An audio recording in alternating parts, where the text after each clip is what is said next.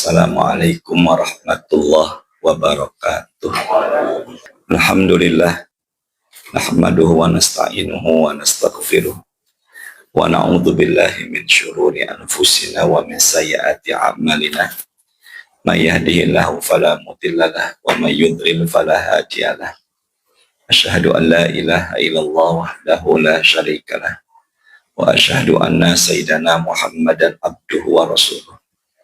Allahumma sholli wa sallim ala habibina sayyidina Muhammadin wa ala alihi wa ashabihi alladziina saru ala nahjil qawim wa siratal mustaqim wa ba'du. Alhamdulillah, pada pagi ini, di pagi insyaallah yang penuh dengan barokah, di hari Jumat, suara imam salatnya indah, bagus, Masya Allah. Semoga Allah terima semua amal ibadah kita. Maka sebagai wujud syukur, kita ucapkan Alhamdulillahirabbil alamin. Kita bersolawat kepada Nabi Muhammad SAW dengan membaca Allahumma sholli ala Sayyidina Muhammadin. Bapak Ibu semuanya, pagi ini gimana kabarnya? Alhamdulillah, semoga Allah berikan kita nikmat sehat, semoga Allah berkahi usia kita, dan semoga anak keturunan kita semua dijadikan anak soleh dan solehah. Kita awali dengan Ummul Kitab Suratul Fatihah. Semoga Allah berikan kita kemudahan menerima ilmu. Al-hadihi niyah Al-Fatihah. Terima ilmu. Al-hadihi niyah Al-Fatihah. Di akhirat atau 1000 tahun di bumi, penantiannya itu sungguh sangat lama. Syarah hanya sehari, atas kepalanya adalah matahari, dan kala itu manusia penuh dengan keringatnya sampai ke mata kaki, ke lutut, sampai ada yang tenggelam dalam keringatnya. Dan dikala itu manusia butuh penolong. Maka dalam hadis riwayat Imam Muslim Sahih di nomor hadis 193, manusia mendatangi Abul Bashar, bapaknya para manusia, yaitu Nabi Adam. Manusia mendatangi bapaknya para manusia, yaitu Nabi Adam. Mereka manusia kala itu bisa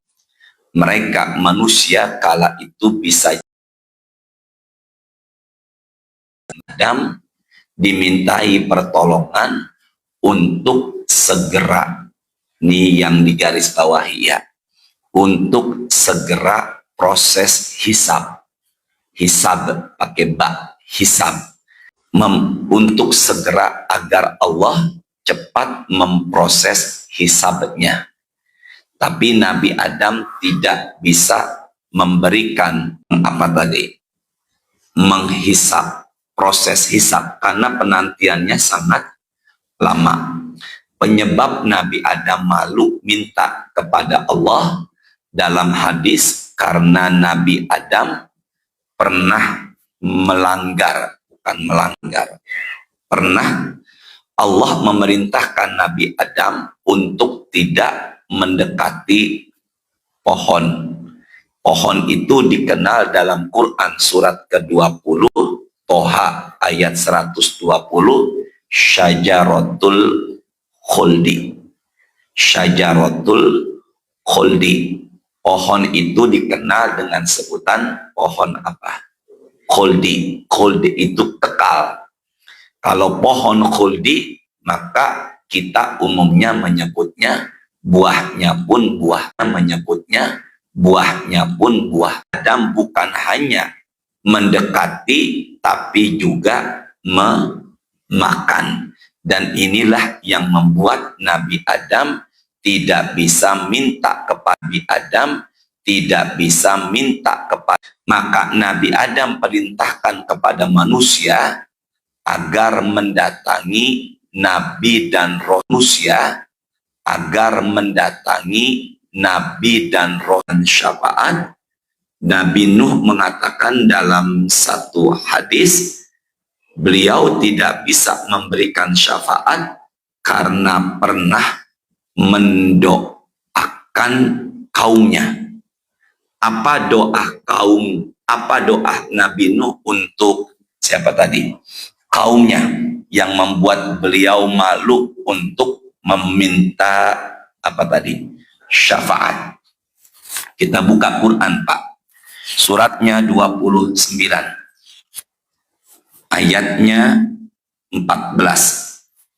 Suratnya ke-29. Ayatnya 14. Nama suratnya yaitu Al-Ankabut. Yuk kita baca. Meskipun suara kita enggak seindah Ustadz Alif, yang penting kita cari barokahnya di hari Jumat. Yuk, sudah ketemu? Sudah ketemu? Surat berapa? 29. Al-Ankabut ayatnya berapa? 14. Yuk. A'udzu billahi minasyaitonir rajim. Bismillahirrahmanirrahim. Walaqad arsalna Nuhan ila qaumihi falabitha fihim alfasanatin illa khamsina ama fa'akhadhahumut tufanu wa hum zalimun. Allah mengutus Nabi Nuh bersama kaumnya 1000 tahun kurang 50 tahun. 1000 tahun kurang berapa? 50 tahun. Berarti Nabi Nuh berdakwah bersama kaumnya selama 1000 tahun kurang 50. Hanya pentakkid, penekanan, biar kita lebih meyakinkan 1000 kurang 50 berarti. Maka Nabi Nuh berdakwah di tengah kaumnya selama 950 tahun. Benar ya? Nah, menurut pendapat Abdullah bin Abbas atau Ibnu Abbas, itu masa dakwahnya. Sedangkan beliau mendapatkan wahyu dan kemudian hidup di tengah-tengah umatnya. Menurut pendapatnya Abdullah bin Abbas ditambah 100 tahun lagi. Berarti 1050. Maka usia Nabi Nuh menurut pendapatnya Ibnu Abbas selama berapa tadi? 1000. Sebagaimana Rasulullah berdakwah di usia, mendapatkan wahyu di usia 40 tahun. Nah, Nabi Nuh berdakwah 950 tahun, dan dikala berdakwah dan ditambah usianya 100, jadi berapa tuh? 1050. Ini pendapatnya Abdullah bin Abbas, meskipun banyak pendapat-pendapat yang lain. Tapi kalau di Quran kita yakini Nabi Nuh ini berdakwah selama berapa tadi? 950 tahun. Ada surat yang diabadikan dalam Quran, suratnya sesuai dengan namanya, yaitu surat apa? Nuh. Bahkan ketika beliau berdakwah, beliau pun keluarganya ada yang tidak beliau berdakwah, beliau pun keluarganya ada yang tidak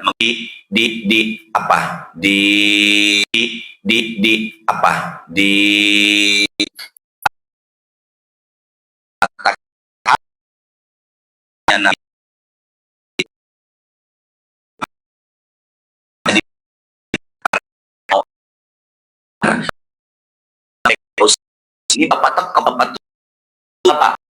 dengar dari itulah berdakwah maupun durhaka untuk apa nih telinganya. Yang kedua, silakan Pak Rizky. Terus mereka memasukkan anak jarinya ke telinganya dan menutupkan bajunya ke wajahnya. Sini, nih. Berarti mereka mau melihat Nabi. Jadi apa kan tadi? Tutup dan kemudian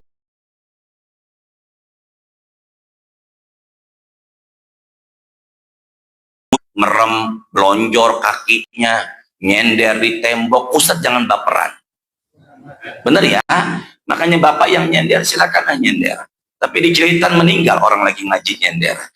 Nah, berarti dari situ kita bisa pahami, jangankan seperti itu Pak. Nabi Nuh berdakwah, setiap kali berdakwah ditutup telinganya dan juga ditutup apanya nih. Maka mereka umatnya Nabi Nuh tidak mau mendengar, juga tidak mau melihat Nabi Nuh. Padahal berdakwah selama berapa tahun tadi? Udah begitu. 32. Surat berapa tadi? 11. Di surat ke 11. Di surat ke Mereka berkata, wahai sungguh engkau telah berbantah dengan kami, dan engkau telah berpanjang bantahanmu terhadap kami, maka datangkanlah kepada kami azab yang engkau ancamkan. Tuh, mereka bukan hanya menutup telinga dan menutup muka, tapi mereka juga minta kepada Nabi Nuh agar turunkan, dan mereka minta turunkan apa tadi itu? Azab. Maka kemudian di surat yang tadi 70 ya Pak, pembahasannya nih sering kita buka Quran nih, suratnya tinggal di atas bumi. Maka Nabi Nuh minta biar Allah turunkan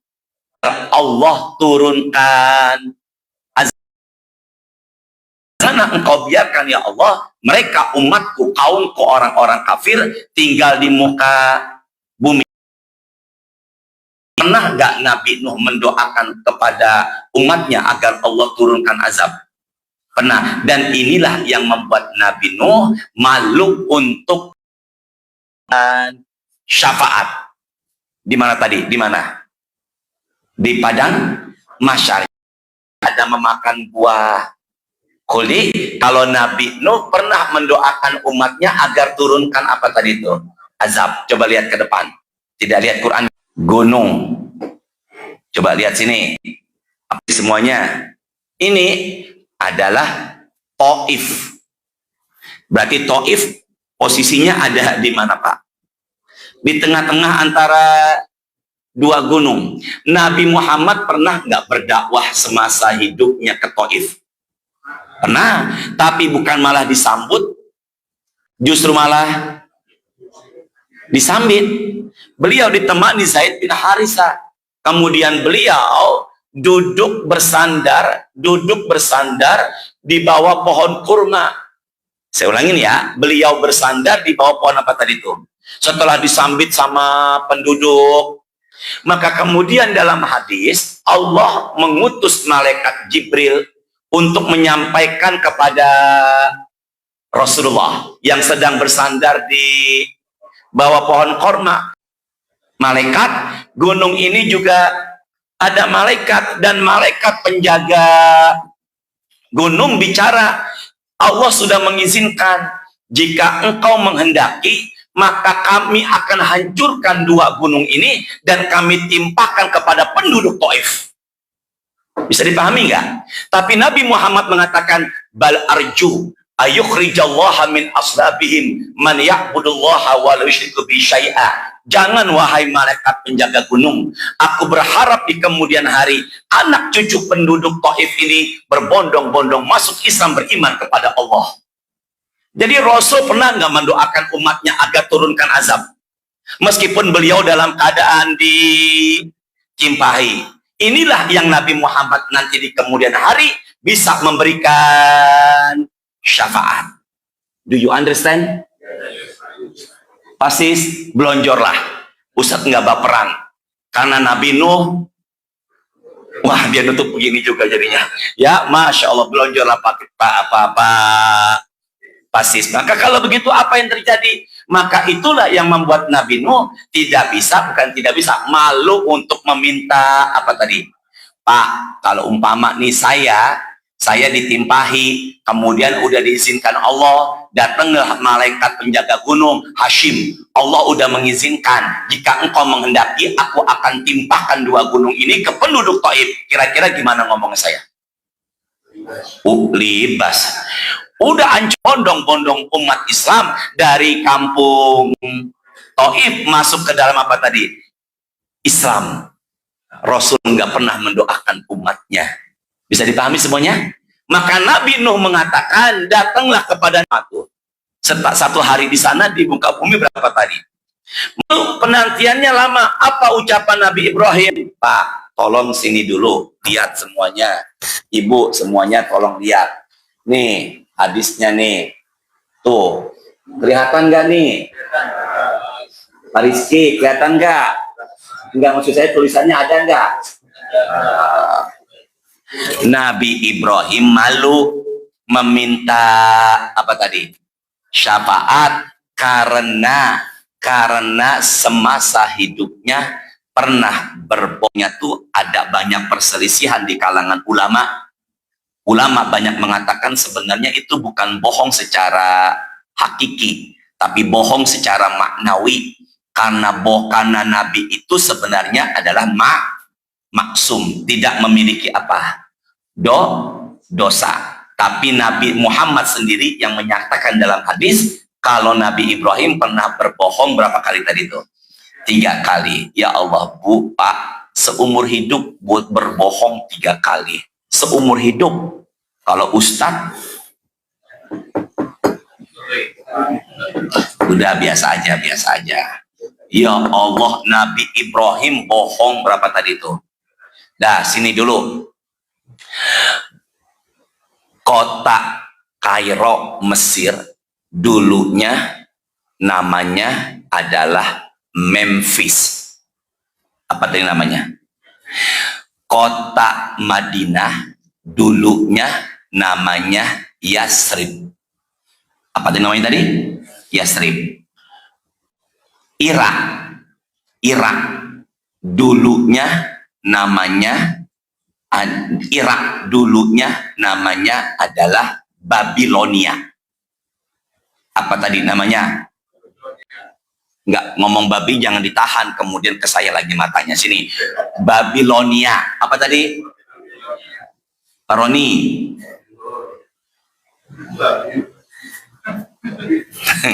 Ya Allah, semoga hari Jumat ini penuh dengan barokah ya Allah. Jarang-jarang Ustadz tausiah di hari Jumat subuh di sini. Baru pertama kali ya Pak Rizky ya? Masya Allah. Tadi apa tadi namanya tadi? Babi? Tolong pandangan ke saya dulu. Pandangan ke depan dulu. Umat atau kaumnya Nabi Ibrahim mengajak Nabi Ibrahim untuk pergi ke mana tadi? Babilonia. Karena di Babilonia ada pesta. Kita barangkali bilangnya pesta rakyat. Mereka mendatangi Nabi siapa tadi? Ibrahim, tujuannya biar mereka bisa mengajak bersama-sama Nabi Ibrahim ke mana tadi?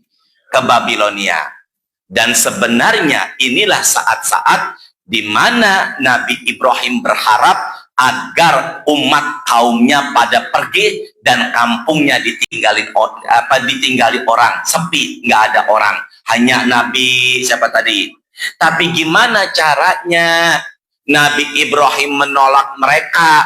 Padahal ini kesempatan emas yang sangat dinanti-nanti Nabi Ibrahim, biarkan orang-orang pada pergi dan kampungnya apa tadi? Kosong, karena Nabi Ibrahim ingin menghancurkan berhala. Kalau dihancurkannya di depan orang-orang nggak mungkin, maka gimana caranya? Maka ini kesempatan emas. Tapi sementara kaumnya mengajak Nabi Ibrahim menuju apa tadi ini?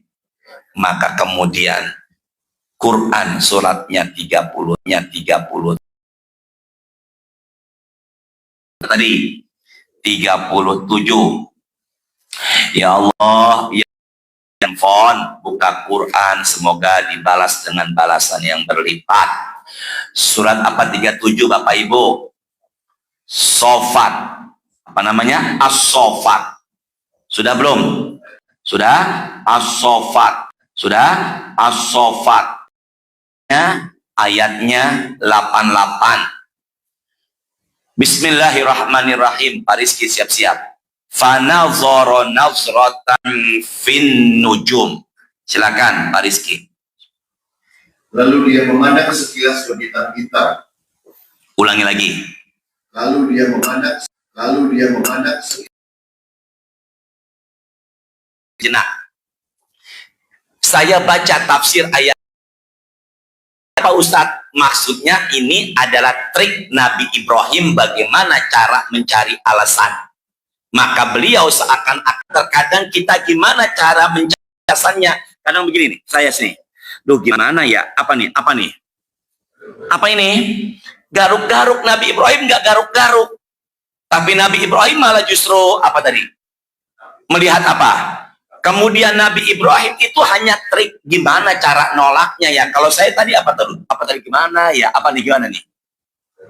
Ya garuk-garuk. Kalau mau tapi di Quran nggak ada. Nabi Ibrahim garuk-garuk nggak ada. Nabi Ibrahim apa tadi? Melihat bintang-bintang. Apa setelah itu? Setelah itu ayat 89.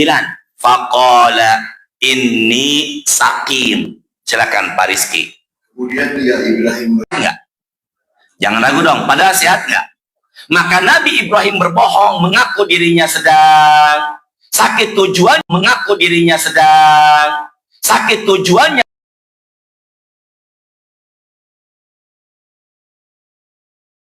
Padahal badannya Nabi Ibrahim sehat apa enggak? Inilah bohong pertama Nabi Ibrahim.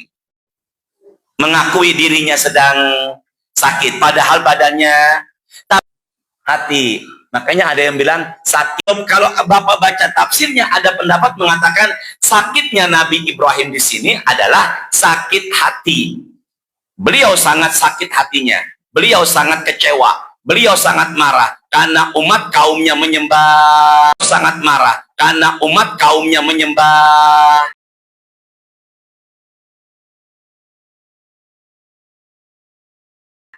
Benar nggak Pak Rizky? Tapi kalau sakitnya secara zahir maka Nabi Ibrahim berdusta. Zahir maka Nabi Ibrahim berdusta. Nanti Bapak bisa cari ya. Apa bohongnya Nabi Ibrahim? Apa bohongnya Nabi Ibrahim? Nabi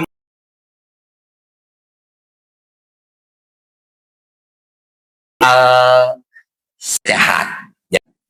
Nggak bohong apa tidak? Bohong. Sementara beliau yang malu memberikan syarat. Kali bohongnya tadi 3 kali itu baru bohong pertama, sekarang bohong yang kedua.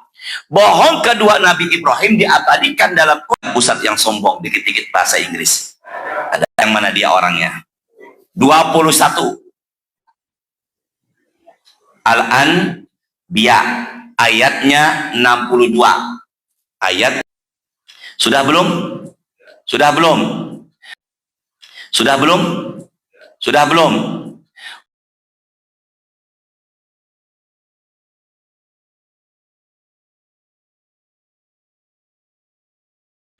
Pak Rizky. Mereka bertanya, apakah engkau yang melakukan perbuatan ini terhadap Tuhan kami, wahai Ibrahim? Berarti ketika kaumnya sedang pergi, ya sudah hancur dan mereka ingat yang nggak pergi ke siapa apa tadi? Hanya satu yaitu Nabi. Makanya mereka ingin Nabi Ibrahim di ayat 63-nya. Ibrahim menjawab, sebenarnya patung besar itu yang melakukannya. Padahal siapa?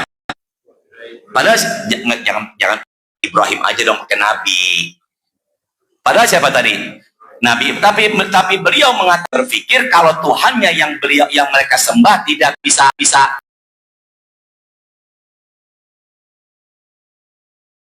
Nabi Ibrahim yang kedua.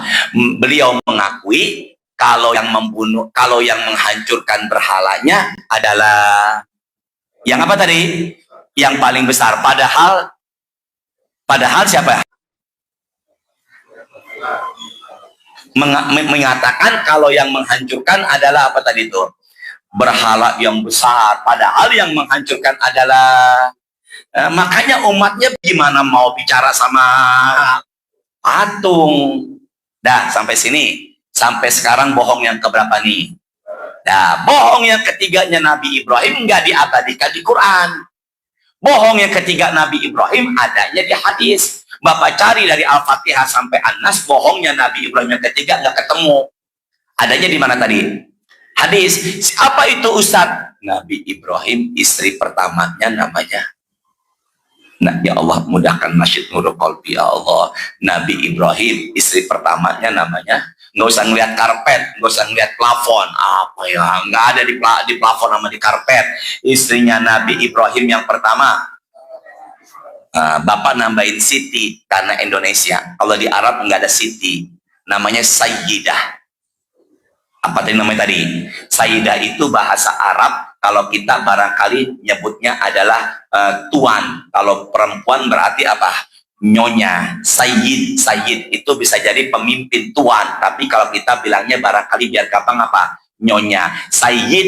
Sayyidah, perempuan sayyidah. Tapi kalau sayyidah kita bilangnya apa tadi? Di saroh. Sayyidah, saroh. Arabnya Pak, saroh. Tapi kalau Indonesianya Sarah. Ibrahim jadi Ibrahim. Fauzi jadi beda jauh. Fauzan jadi Saiful jadi Acim. Nah, berarti kalau gitu apa yang terjadi Ustaz? Berarti kalau begitu nama aslinya siapa tadi? Saroh. Panggilannya apa kita? Siti Sarah. Istri kedua Nabi Ibrahim, wahai jamaah Nurul Qalbi, siapa namanya? Hajar. Dari pernikahan Hajar lahirlah Nabi namanya Ismail. Dari Nabi Ismail yang kemudian lahirlah Nabi akhir zaman, Nabi kita Muhammad Sallallahu Alaihi Wasallam. Maka Nabi Muhammad ini adalah keturunan Nabi Ibrahim dari jalur Nabi dari ibunya yang bernama siapa tadi? Hajar. Nah, kita nggak bahas Hajar dan Nabi Ismail, tapi kita bahas yang namanya tadi, yang pertama siapa namanya? Siti Sarah atau Sayyidah Sarah. Nabi mengatakan, kanat asanan nas, yang namanya Sarah itu adalah wanita yang paling cantik di zamannya. Allah, Masya. Jadi kalau ada yang tanya, bagaimanakah kecantikan Sarah? Jawab, Nabi Muhammad mengatakan, sangatlah apa tadi, cantik. Akhirnya Nabi Ibrahim telah lama menantikan anak dengan Sarah. Awalnya nggak punya anak, maka kemudian Allah anugerahkan anak namanya Nabi Ishak. Nabi siapa tadi? Nah, dari Nabi Ishak inilah lahir anak yang dapat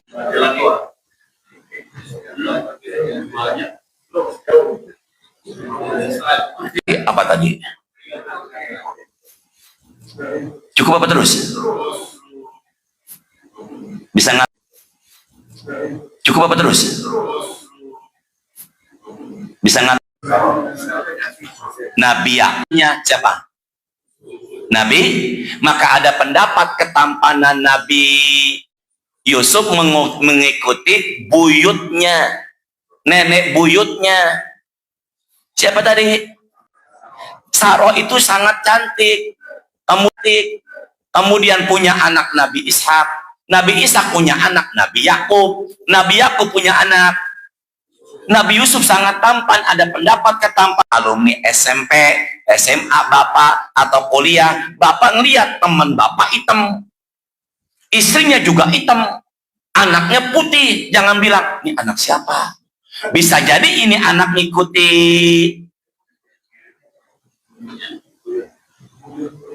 Bisa dipahami ya? Berarti kalau itu ada pendapat. Nah, kembali lagi, Sarah dan Nabi siapa tadi? Sarah. Ini 9 menit lagi Pak Rizky. Dah sini ke depan, saya singkat sini. Sarah dan Nabi Ibrahim ke depan sini pandangannya. Mereka berdua masuk ke satu kampung negeri. Di kampung ini dikuasai sama raja yang hobinya wanita cantik. Jadi kalau wanita udah dilihat cakep, langsung berhubungan si raja ini. Dan kemudian raja dapat kabar dari pengawalnya, kalau ada masuk wanita cantik yang ke negerinya, maka kata raja, hadirkan wanita cantik itu kepadaku. Karena ini raja memang sukanya dengan wanita cantik. Nabi Ibrahim khawatir terjadi apa-apa dengan Sarah dan dirinya. Jelas apa enggak ini? Maka kemudian Nabi Ibrahim mengatakan kepada istrinya yang cantik namanya Sarah, kalau raja nanya siapa engkau, bilang aja engkau itu ukhti.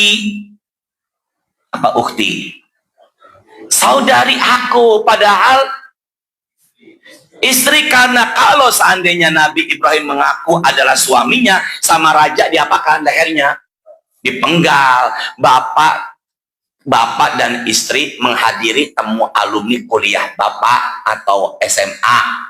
Di antara sekian banyak teman Bapak alumni SMA kuliah, tiba-tiba ada satu orang wanita yang dulu pernah ada di hati Bapak dan dia sudah single parent. Ini terusin apa enggak nih? Kemudian dia nanya sama Bapak, Mas, siapa yang di samping Mas tuh? Kata Bapak begini, yang di sampingku adalah saudari perempuanku.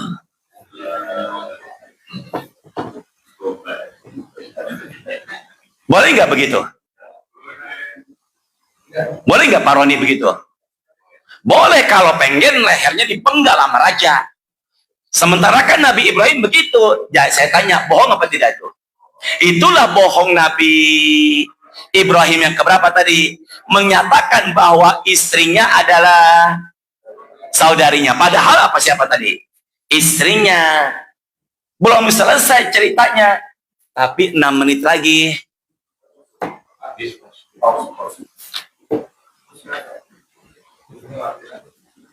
TV-nya matiin aja. Belum selesai ceritanya, apa yang terjadi Ustadz? Maka kemudian setelah itu Sarah menghadap ke raja. Saya tanya, Nabi Ibrahim ikut nggak? Enggak, saya tanya, ikut apa enggak? Lah kalau umpama Nabi Ibrahim ikut sama, maka Nabi Ibrahim akan diapakan? Maka Nabi Ibrahim menyendiri di tempat yang lain. Nabi Ibrahim minta keselamatan buat istrinya. Apa yang terjadi Ustadz? Ini buka 2 ayat. Buka 2 ayat. Semoga waktunya masih cukup. Tolong Pak. Pertama, buka surat kelima 67. Surat kelima ayat 67. Langsung Pak Rizky. Surat kelima ayat berapa tadi? 67. Langsung Pak Rizky. Surat kelima ayat 67. Pak Rizky sebentar. Mereka semua nggak kerja Pak? Hah? Oh, udah pensiun. Oh, pengusaha. Masya Allah. Pengusaha udah ubanan. Kayaknya sih meragukan saya ini. Pensiun apa semoga pengusaha semuanya ya. Dah, teruskan lagi Pak Rizky. Angkat suaranya Pak Rizky. Wahai Rasul, ya, sampaikanlah apa yang diturunkan Tuhanmu kepadamu. Ya. Jika tidak kau lakukan apa Ya. yang diperintahkan itu, berarti kau tidak menyampaikan amanatnya. Terus. Dan Allah memelihara engkau dari gangguan manusia. Ulangi, Allah memelihara engkau dari gangguan manusia. Saya tanya, ada nggak yang bisa menyakiti Nabi Muhammad? Ulangi Pak Rizky barusan. Dan Allah memelihara engkau dari gangguan manusia. Siapa yang pelihara Nabi Muhammad? Siapa yang melindungi Nabi Muhammad? Siapa yang menjaga Nabi Muhammad? Kalau begitu ada nggak manusia yang bisa meracuni Nabi Muhammad? Nggak ada. Ada nggak manusia yang bisa membunuh Nabi Muhammad? Nggak ada. Siapa yang pernah meracuni Ustadz dalam perang Khaybar? Wanita Yahudi namanya adalah Zainab binti Haris. Pernah saya sampaikan. Zainab meracuni makanan Rasulullah karena dendam kematian suaminya namanya Salam bin Ishkam. Itu daging udah dimakan sama Nabi Muhammad. Kemudian apa yang terjadi? Irfa'u aidiakum, wahai sahabatku, jauhkan tanganmu dari daging ini. Inna hazal azma la yukhbiruni annahu masmumun. Ini tulang bicara kepadaku kalau dirinya sudah diracuni. Jadi kalau begitu ada nggak yang bisa nyakitin Nabi Muhammad? Pegang ayat ini. Ada lagi nggak? Ada lagi. Siapa itu? Nabi Muhammad udah meninggal, jasadnya pengen dicuri dari bawah. Sama siapa Ustaz? Sama misionaris Maroko pengen dipindahin jasad Nabi Muhammad. Nggak bisa ketahuan sama Nuruddin Asinki dan dibunuh orang itu. Jadi Nabi Muhammad dijaga sama... Sekarang saya tanya, kira-kira tuh raja bisa nggak berhubungan sama Saroh? Tahu dari mana ya? Ya Allah, saya diprototin sama tunjuk-tunjuk. Ya Allah, sabar ya Allah. Ini nyambung gak Pak Rizky sini? Bisa nyambung apa enggak? Allah nggak suka Nabi dan keluarganya dijahati. Bisa jelas ya? Allah nggak suka Rasul dan keluarganya sama manusia diapakan? Langsung dilindungi sama Allah. Yang kedua, suratnya 33, ayatnya 69. Ada nggak Ustadz yang sombong pagi-pagi ngomong bahasa Inggris? Ada berapa tuh tadi? Bukan suratnya 33. Maaf ya Pak, jadi sering buka Quran nih. Tapi insya Allah ada berkahnya yang kita buka Quran. 30 berapa tadi? 33, suratnya 33. Apa nama suratnya? Al-Azab, ayatnya berapa? 69, silakan. Wahai orang-orang yang beriman, Terus, janganlah kamu seperti orang-orang yang menyakiti Musa, maka Allah membersihkannya dari kedua tuduhan yang mereka lontarkan. ulangi lagi Pak Rizky pelan-pelan, tolong yang lain fokus dengan Pak Rizky. Ulangi lagi Pak Rizky pelan-pelan, tolong yang lain fokus dengan Pak Rizky. Dulu, pandangan ke depan dulu semuanya. Sini, sungai mengalir, satu, ngalir lagi ke sini, terus. Ulangi saya, apa tadi? Nanti Bapak silakan cari ucapan saya. Ini hadisnya sahih. Apa yang terjadi Ustadz? Bukan Israel. Kita bilangnya apa tadi? Sungai mengalir ke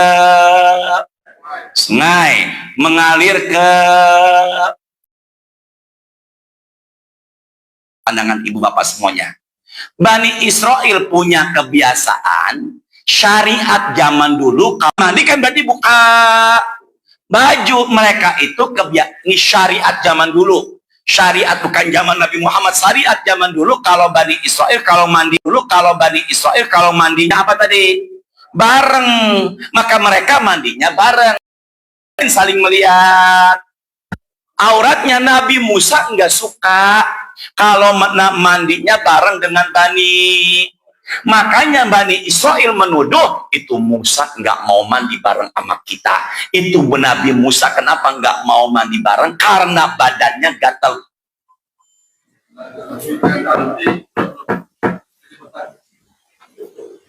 Cukup nggak nih? Bani Israel biasa mandi. Mereka nggak ngelihat Nabi Musa.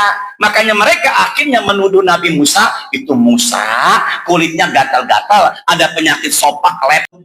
Barusan Pak Rizky baca terjemahnya. Allah nggak suka. Nabinya dituduh seperti itu. Nyambung nggak semuanya nih? Coba ulangi Pak Rizky. Ulangi Pak Rizky pelan-pelan Pak Rizky. Ulangi angka suaranya wahai. Wahai orang-orang yang beriman, terus janganlah kamu seperti orang-orang yang menyakiti Musa. Ya. Maka Allah membersihkannya dari tuduhan-tuduhan yang mereka lontarkan. Allah suka nggak nabinya dituduh yang enggak sama Bani Israel? Nggak suka. Apa yang terjadi? Nabi Musa nggak mau mandi bareng. Apa sih ini Bapak semuanya pandangan ke depan? Apa yang terjadi Ustaz? Nabi Musa mandinya di tempat yang sembunyi biar auratnya enggak.